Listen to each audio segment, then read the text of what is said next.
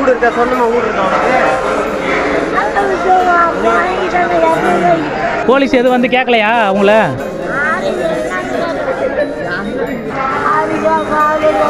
மருமக பேர பிள்ளைகள் எங்க இருக்கு?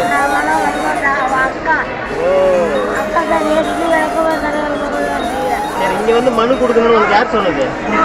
அவங்க தான் கேட்குறேன். இல்லை இப்போ தெருவில் தான்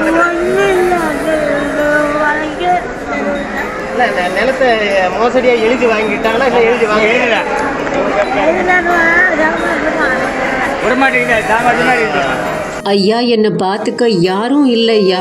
2 ஏக்கர் நிலத்துக்காக என்னை அடிச்சு துன்புறுத்துறாங்க. கொலை செய்ய முயற்சி நடக்கிறதா மூதாட்டி ஒருத்தங்க கொடுத்த பகீர் புகார். வாங்க முழு விவரங்கள் என்னன்னு பார்க்கலாம். கள்ளக்குறிச்சி மாவட்டம் கூத்தக்குடி காலனி மாரியம்மன் கோவில் தெருவை வசிக்கிறாங்க மாயவனோட மனைவியான 70 வயசு மதிக்கத்தக்க மூதாட்டியான குண்டு பிள்ளை அப்படிங்கிறவங்க. இவங்களுக்கு 3 ஆண் பிள்ளைகள் இருந்திருக்காங்க.